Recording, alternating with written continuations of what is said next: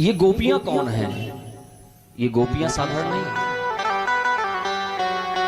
राम जी जब दंडकारण्य गए उस समय हजार हजार वर्षों से ऋषि मुनि साधना कर रहे थे, क्योंकि उनके सबके गुरु जी ने बताया था कि राम जी यहीं से आएंगे। जिनके लिए हम माला लेके साधना करते हैं यहीं से निकलेंगे।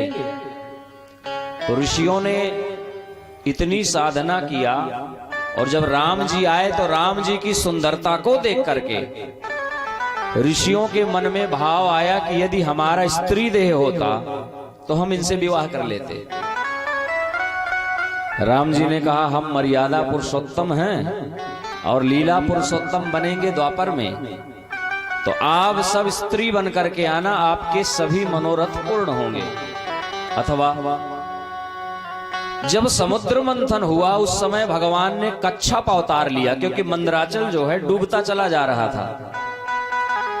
तो समुद्र में जितनी मादा कच्छप यानी कच्छपी, उनके मन में भगवान को देख करके भाव आया कि इनसे हमारा नित्य संयोग हो। तो भगवान ने आशीर्वाद दिया कि द्वापर में तुम सबरी गोपियां बन करके आना।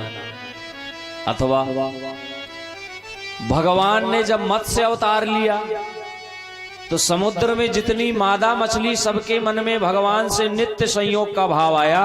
तो भगवान ने कहा द्वापर में तुम सबरी गोपियां बन करके आना।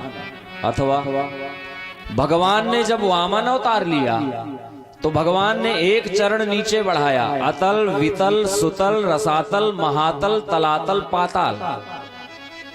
तो ये सातों जगह की जो कन्याएं थी, वो चाहे नाग कन्या हो चाहे देव कन्या हो, सबके मन में भगवान से नित्य संयोग का भाव आया। तो भगवान ने कहा द्वापर में गोपियां बन के आना।